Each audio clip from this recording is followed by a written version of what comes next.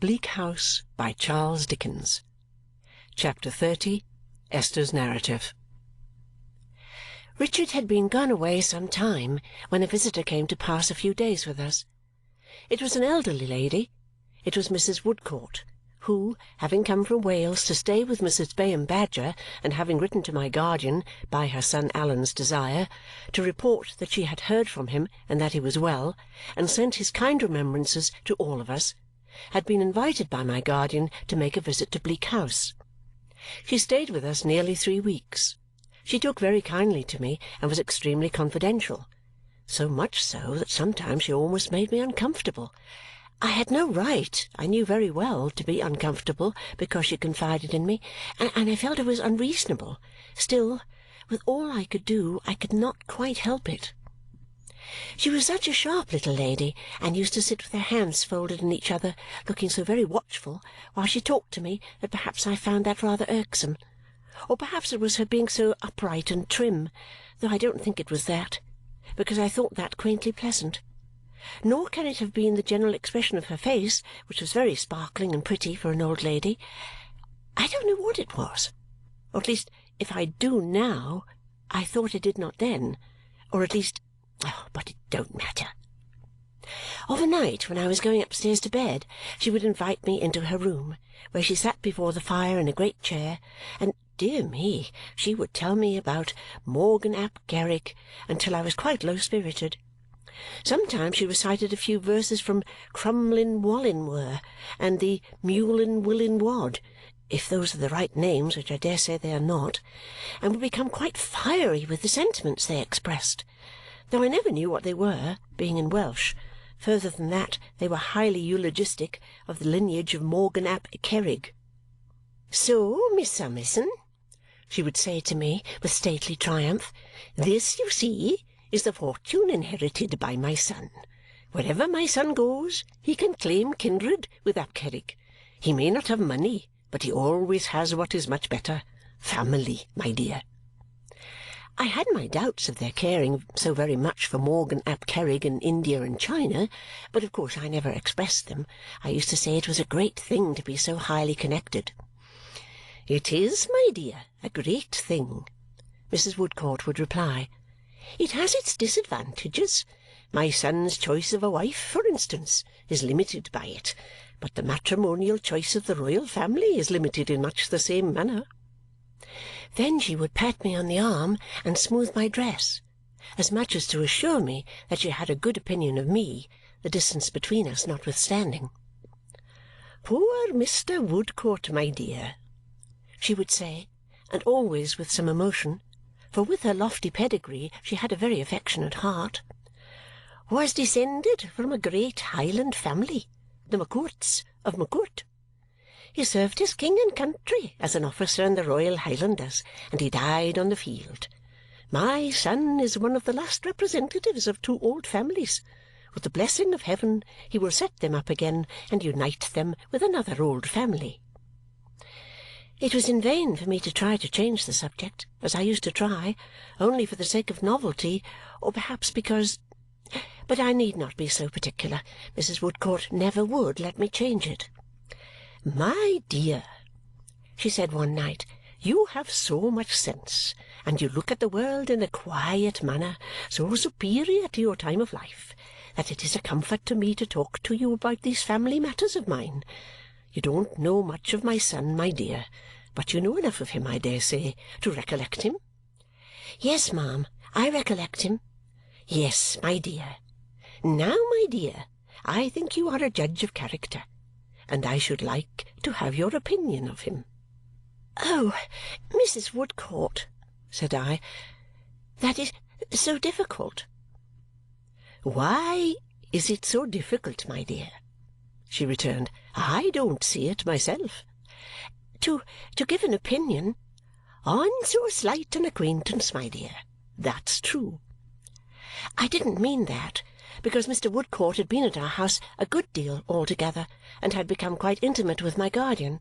I said so, and added that he seemed to be very clever in his profession, we thought, and that his kindness and gentleness to Miss Flite were above all praise. "You do him justice," said Mrs. Woodcourt, pressing my hand. "You define him exactly. Allan is a dear fellow, and his profession faultless. I say it, though I am his mother. Still, I must confess, he is not without faults, love." "None of us are," said I. "Ah, but his really are faults that he might correct, and ought to correct," returned the sharp old lady, sharply shaking her head. "I am so much attached to you that I may confide in you, my dear, as a third party, wholly disinterested, that he is fickleness itself." I said I should have thought it hardly possible that he could have been otherwise than constant to his profession and zealous in the pursuit of it, judging from the reputation he had earned. "You are right again, my dear," the old lady retorted. "But I don't refer to his profession, look you." "Oh," said I. "No," said she. "I refer, my dear, to his social conduct. He is always paying trivial attentions to young ladies, and always has been, ever since he was 18.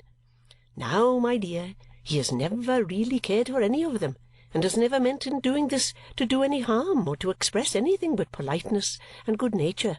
Still, it's not right, you know, is it?" "No," said I, as she seemed to wait for me. "And it might lead to mistaken notions, you see, my dear." I supposed it might. "Therefore, I have told him many times that he really should be more careful, both in justice to himself and in justice to others. And he has always said, 'Mother, I will be. But you know me better than anybody else does, and you know I mean no harm. In short, mean nothing.' All of which is very true, my dear, but is no justification. However, as he is now gone so far away, and for an indefinite time, and as he will have good opportunities and introductions, we may consider this past and gone. And you, my dear," said the old lady, who was now all nods and smiles, "regarding your dear self, my love." "Me, Mrs. Woodcourt?" "Not to be always selfish talking of my son, who has gone to seek his fortune and to find a wife. When do you mean to seek your fortune and to find a husband, Miss Summerson? Hey, look you! Now you blush." I don't think I did blush. At all events, it was not important if I did, and I said my present fortune perfectly contented me, and I had no wish to change it. "Shall I tell you what I always think of you, and the fortune yet to come for you, my love?" said Mrs. Woodcourt. "If you believe you are a good prophet," said I. "Why, then, it is that you will marry some one very rich and very worthy, much older, 25 years perhaps, than yourself, and you will be an excellent wife and much beloved and very happy." "That is a good fortune," said I, "but why is it to be mine?" "My dear," she returned, "there's suitability in it. You are so busy and so neat and so peculiarly situated altogether that there's suitability in it, and it will come to pass. And nobody, my love, will congratulate you more sincerely on such a marriage than I shall." It was curious that this should make me uncomfortable, but I think it did. I know it did. It made me for some part of that night uncomfortable. I was so ashamed of my folly that I did not like to confess it even to Ada, and that made me more uncomfortable still. I would have given anything not to have been so much in the bright old lady's confidence if I could have possibly declined it. It gave me the most inconsistent opinions of her. At one time I thought she was a story-teller, and at another time that she was the pink of truth. Now I suspected that she was very cunning. Next moment I believed her honest Welsh heart to be perfectly innocent and simple. And after all, what did it matter to me, and why did it matter to me? Why could not I, going up to bed with my basket of keys, stop to sit down by her fire and accommodate myself a little while to her, at least as well as to anybody else, and not trouble myself about the harmless things she said to me? Impelled towards her, as I certainly was, for I was very anxious that she should like me, and was very glad indeed that she did, why should I harp afterwards, with actual distress and pain, on every word she said, and weigh it over and over again in 20 scales? Why was it so worrying to me to have her in our house, and confidential to me every night, when I yet felt that it was better and safer somehow that she should be there than anywhere else? These were perplexities and contradictions that I could not account for. At least if I could, but I shall come to all that by and by, and it is mere idleness to go on about it now. So when Mrs. Woodcourt went away, I was sorry to lose her, but was relieved too. And then Caddy Jellyby came down, and Caddy brought such a packet of domestic news that it gave us abundant occupation. First Caddy declared, and would at first declare nothing else, that I was the best adviser that ever was known.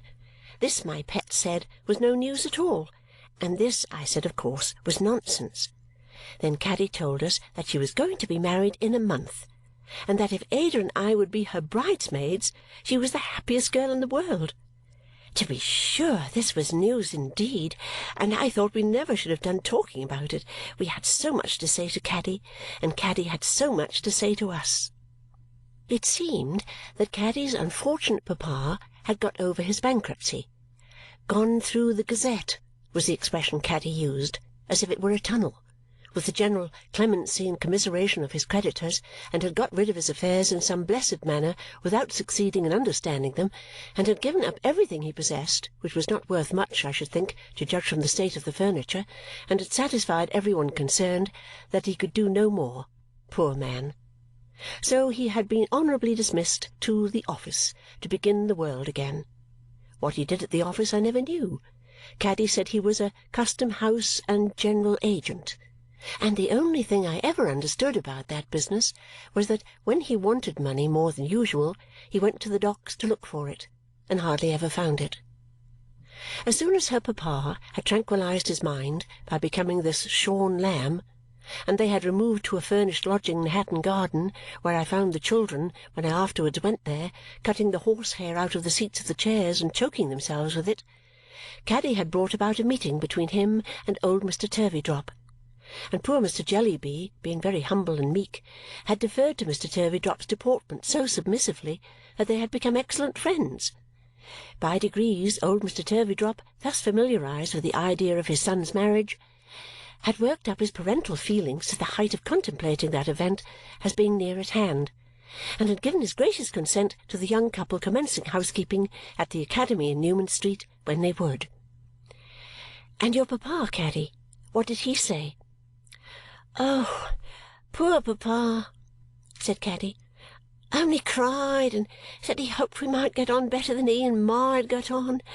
He didn't say so before Prince. He only said so to me, and he said, 'My poor girl, you've not been very well taught how to make a home for your husband, but unless you mean with all your heart to strive to do it, you had better murder him than marry him, if you really love him.'" "And how did you reassure him, Caddy?" "Why, it was very distressing, you know, to see poor Pa so low and hear him say such terrible things, and I couldn't help crying myself. But I told him that I did mean it with all my heart, and that I hoped our house would be a place for him to come and find some comfort in of an evening, and that I hoped and thought I could be a better daughter to him there than at home. Then I mentioned Peepy's coming to stay with me, and then Pa began to cry again and said the children were Indians." "Indians, Caddy?" "Yes," said Caddy, "wild Indians. And Pa said," here she began to sob, poor girl, not at all like the happiest girl in the world, "that he was sensible the best thing that could happen to them was their being all tomahawked together." Ada suggested that it was comfortable to know that Mr. Jellyby did not mean these destructive sentiments. "No, of course I know Pa wouldn't like his family to be weltering in their blood," said Caddy, "but he means that they are very unfortunate in being Ma's children, and that he is very unfortunate in being Ma's husband, and I am sure that's true, though it seems unnatural to say so." I asked Caddy if Mrs. Jellyby knew that her wedding day was fixed. "Oh, you know what Ma is, Esther," she returned. it's impossible to say whether she knows it or not.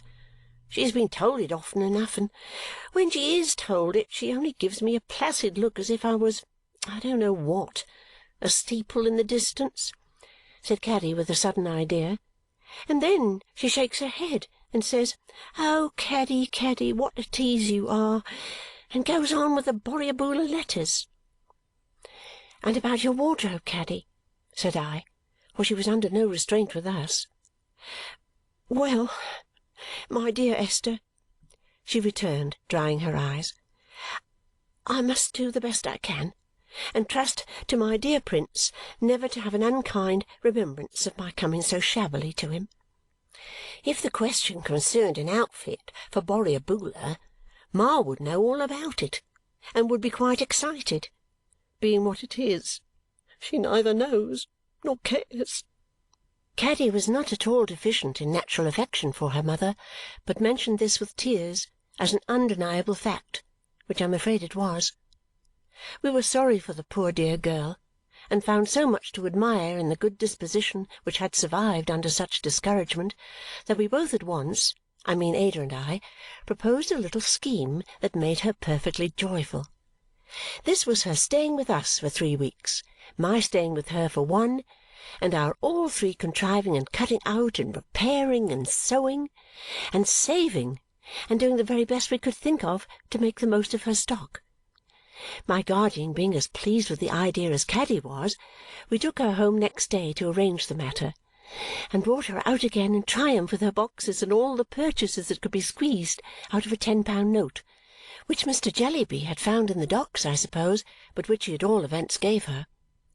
What my guardian would not have given her if we had encouraged him, it would be difficult to say, but we thought it right to compound for no more than her wedding dress and bonnet. He agreed to this compromise, and if Caddy had ever been happy in her life, she was happy when we sat down to work. She was clumsy enough with her needle, poor girl, and pricked her fingers as much as she had been used to ink them. She could not help reddening a little now and then, partly with the smart and partly with vexation at being able to do no better, but she soon got over that and began to improve rapidly. So day after day she, and my darling, and my little maid Charley, and a milliner out of the town, and I, sat hard at work as pleasantly as possible. Over and above this, Caddy was very anxious to learn housekeeping, as she said. Now, mercy upon us! The idea of her learning housekeeping of a person of my vast experience was such a joke that I laughed and coloured up and fell into a comical confusion when she proposed it. However, I said, "Caddy, I am sure you are very welcome to learn anything that you can learn of me, my dear," and I showed her all my books and methods and all my fidgety ways.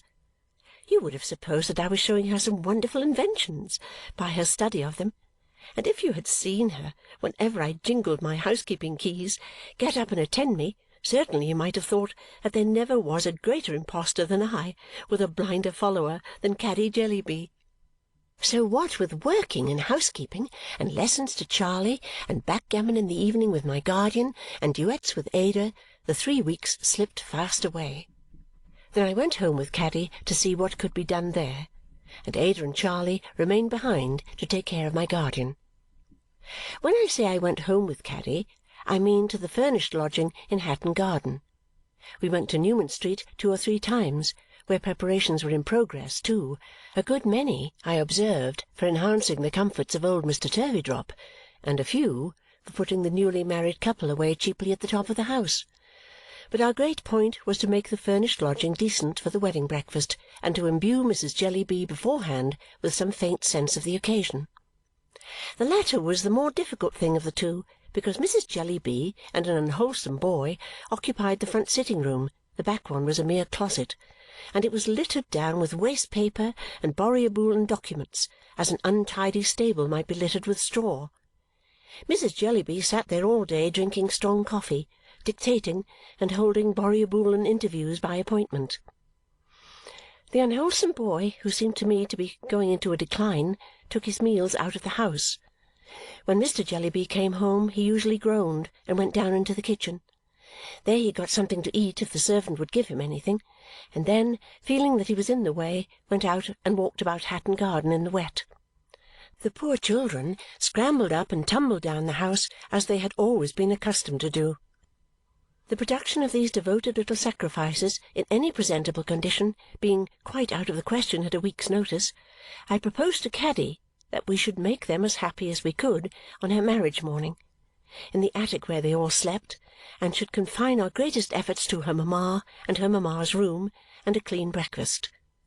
In truth, Mrs. Jellyby required a good deal of attention, the lattice-work up her back having widened considerably since I first knew her, and her hair looking like the mane of a dustman's horse.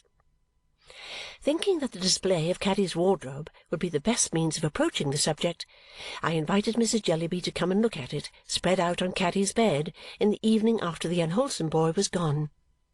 "My dear Miss Summerson," said she, rising from her desk with her usual sweetness of temper, "these are really ridiculous preparations, though you are assisting them as a proof of your kindness. There is something so inexpressibly absurd to me in the idea of Caddy being married. Oh, Caddy, you silly, silly, silly puss!" She came upstairs with us notwithstanding and looked at the clothes in her customary far-off manner. They suggested one distinct idea to her, for she said with her placid smile and shaking her head, "My good Miss Summerson, at half the cost this weak child might have been equipped for Africa." On our going downstairs again, Mrs. Jellyby asked me whether this troublesome business was really to take place next Wednesday, and on my replying yes, she said, "Will my room be required, my dear Miss Summerson, for it's quite impossible that I can put my papers away?" I took the liberty of saying that the room would certainly be wanted and that I thought we must put the papers away somewhere. "Well, my dear Miss Summerson," said Mrs. Jellyby, "you know best, I dare say. But by obliging me to employ a boy, Caddy has embarrassed me to that extent, overwhelmed as I am with public business, that I don't know which way to turn. We have a ramification meeting, too, on Wednesday afternoon, and the inconvenience is very serious." "It is not likely to occur again," said I, smiling. "Caddy will be married but once, probably." "That's true," Mrs. Jellyby replied. "That's true, my dear. I suppose we must make the best of it." The next question was how Mrs. Jellyby should be dressed on the occasion.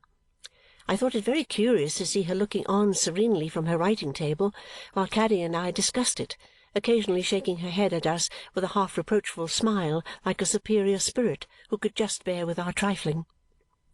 The state in which her dresses were, and the extraordinary confusion in which she kept them, added not a little to our difficulty, but at length we devised something not very unlike what a commonplace mother might wear on such an occasion. The abstracted manner in which Mrs. Jellyby would deliver herself up to having this attire tried on by the dressmaker, and the sweetness with which she would then observe to me how sorry she was that I had not turned my thoughts to Africa, were consistent with the rest of her behaviour. The lodging was rather confined as to space, but I fancied that if Mrs. Jellyby's household had been the only lodgers in St. Paul's or St. Peter's, the sole advantage they would have found in the size of the building would have been its affording a great deal of room to be dirty in. I believe that nothing belonging to the family which it had been possible to break was unbroken at the time of those preparations for Caddy's marriage, that nothing which it had been possible to spoil in any way was unspoilt, and that no domestic object which was capable of collecting dirt from a dear child's knee to the door-plate was without as much dirt as could well accumulate upon it. Poor Mr. Jellyby, who very seldom spoke and almost always sat when he was at home with his head against the wall, became interested when he saw that Caddy and I were attempting to establish some order among all this waste and ruin, and took off his coat to help. But such wonderful things came tumbling out of the closets when they were opened, bits of mouldy pie, sour bottles, Mrs. Jellyby's caps, letters, tea, forks, odd boots and shoes of children, firewood, wafers, saucepan lids, damp sugar in odds and ends of paper bags, footstools, black-lead brushes, bread, Mrs. Jellyby's bonnets, books with butter sticking to the binding, guttered candle ends put out by being turned upside down in broken candlesticks, nutshells, heads and tails of shrimps, dinner mats, gloves, coffee grounds, umbrellas, that he looked frightened and left off again. But he came regularly every evening and sat without his coat, with his head against the wall, as though he would have helped us if he had known how. "Poor Pa!" said Caddy to me on the night before the great day, when we really had got things a little to rights. "It seems unkind to leave him, Esther. But what could I do if I stayed? Since I first knew you, I have tidied and tidied over and over again, but it's useless. Ma and Africa together upset the whole house directly. We never have a servant who don't drink. Ma's ruinous to everything."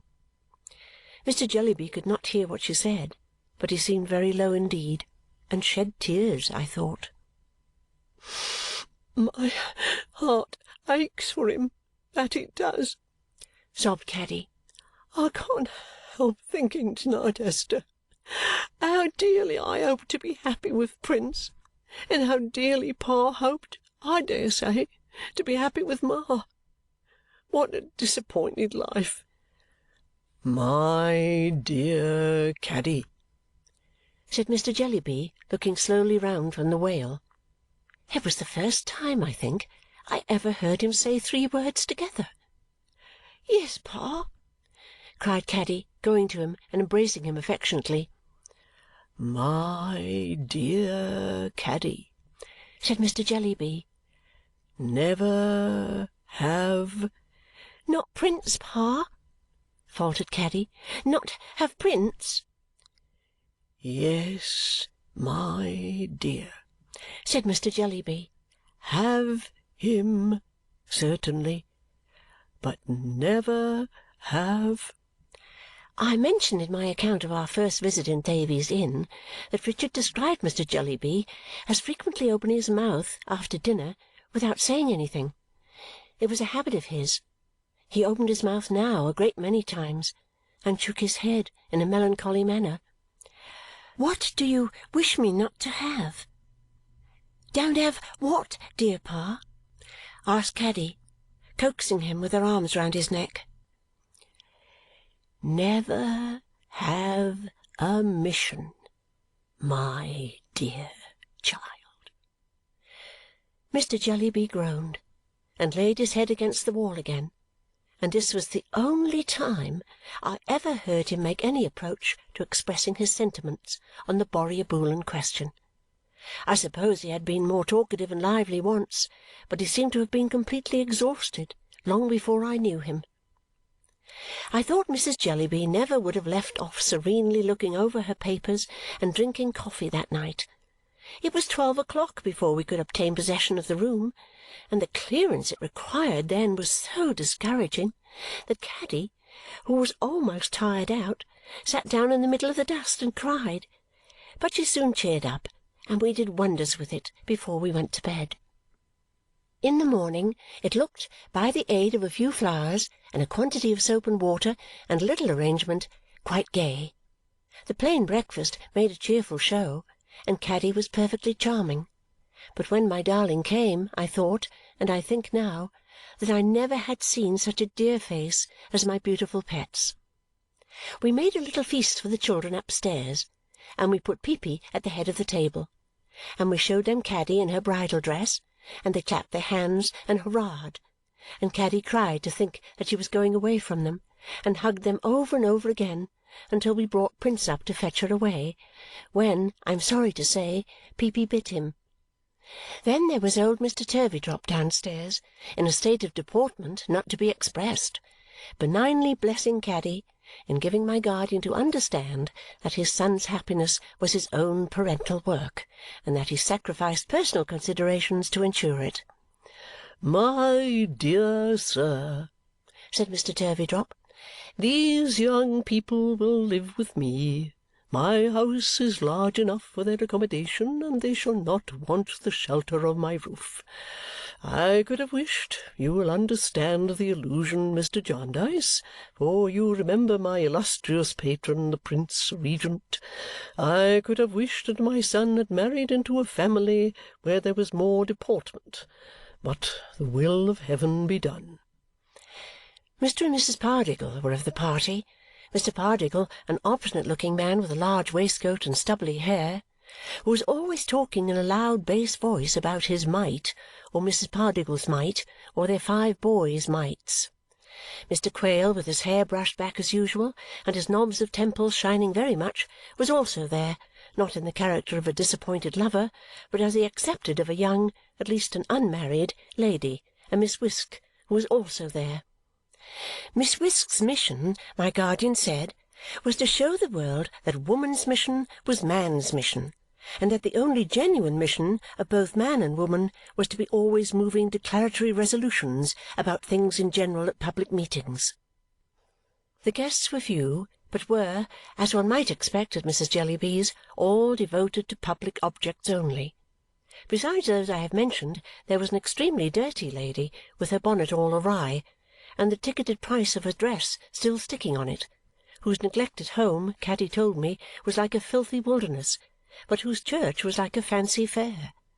A very contentious gentleman, who said it was his mission to be everybody's brother, but who appeared to be on terms of coolness with the whole of his large family, completed the party. A party, having less in common with such an occasion, could hardly have been got together by any ingenuity. Such a mean mission as the domestic mission was the very last thing to be endured among them. Indeed, Miss Wisk informed us with great indignation before we sat down to breakfast that the idea of woman's mission lying chiefly in the narrow sphere of home was an outrageous slander on the part of her tyrant, man. One other singularity was that nobody with the mission, except Mr. Quale, whose mission, as I think I have formerly said, was to be in ecstasies with everybody's mission, cared at all for anybody's mission. Mrs. Pardiggle, being as clear that the only one infallible course was her course of pouncing upon the poor and applying benevolence to them like a strait waistcoat, as Miss Wisk was that the only practical thing for the world was the emancipation of woman from the thraldom of her tyrant man, Mrs. Jellyby all the while sat smiling at the limited vision that could see anything but Borrioboola Gha. But I am anticipating now the purport of our conversation on the ride home instead of first marrying Caddy. We all went to church, and Mr. Jellyby gave her away. Of the air with which old Mr. Turveydrop, with his hat under his left arm, the inside presented at the clergyman like a cannon, and his eyes creasing themselves up into his wig, stood stiff and high-shouldered behind us bridesmaids during the ceremony, and afterwards saluted us, I could never say enough to do it justice. Miss Wisk, whom I cannot report as prepossessing in appearance and whose manner was grim, listened to the proceedings as part of woman's wrongs, with a disdainful face. Mrs. Jellyby, with her calm smile and her bright eyes, looked the least concerned of all the company. We duly came back to breakfast, and Mrs. Jellyby sat at the head of the table and Mr. Jellyby at the foot. Caddy had previously stolen upstairs to hug the children again and tell them that her name was Turveydrop, but this piece of information, instead of being an agreeable surprise to Peepy, threw him on his back in such transports of kicking grief that I could do nothing on being sent for but accede to the proposal that he should be admitted to the breakfast table. So he came down and sat in my lap, and Mrs. Jellyby, after saying in reference to the state of his pinafore, "Oh, you naughty Peepy, what a shocking little pig you are!" was not at all discomposed. He was very good, except that he brought down Noah with him, out of an ark I had given him before we went to church, and would dip him head first into the wine-glasses and then put him in his mouth. My guardian, with his sweet temper and his quick perception and his amiable face, made something agreeable even out of the ungenial company. None of them seemed able to talk about anything but his or her own one subject, and none of them seemed able to talk about even that as part of a world in which there was anything else. But my guardian turned it all to the merry encouragement of Caddy and the honour of the occasion, and brought us through the breakfast nobly. What we should have done without him, I am afraid to think, for all the company despising the bride and bridegroom and old Mr. Turveydrop, and old Mr. Turveydrop, in virtue of his deportment, considering himself vastly superior to all the company, it was a very unpromising case. At last the time came when poor Caddy was to go, and when all her property was packed on the hired coach and pair that was to take her and her husband to Gravesend. It affected us to see Caddy clinging then to her deplorable home and hanging on to her mother's neck with the greatest tenderness. I'm very sorry I couldn't go on writing from dictation, Ma," sobbed Caddy.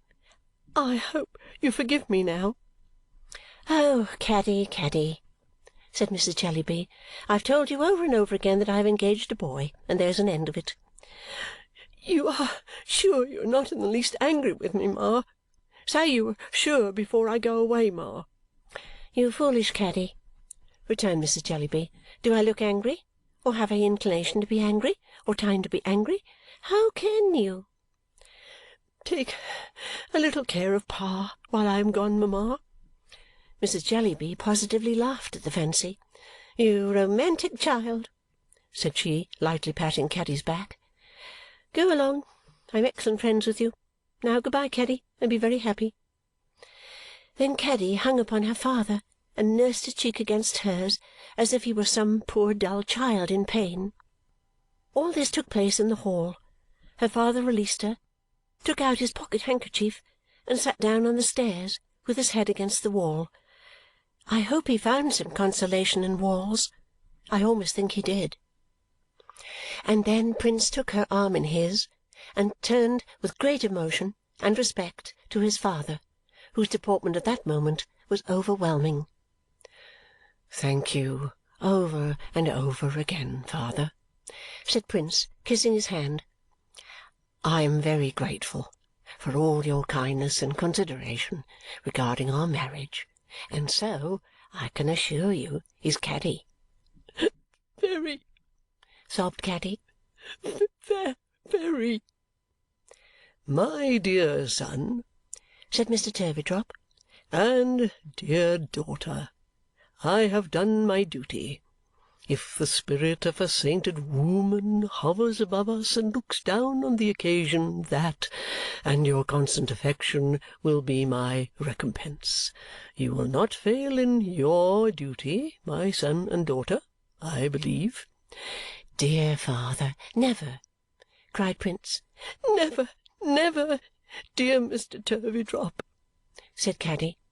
"This," returned Mr. Turveydrop, "is as it should be.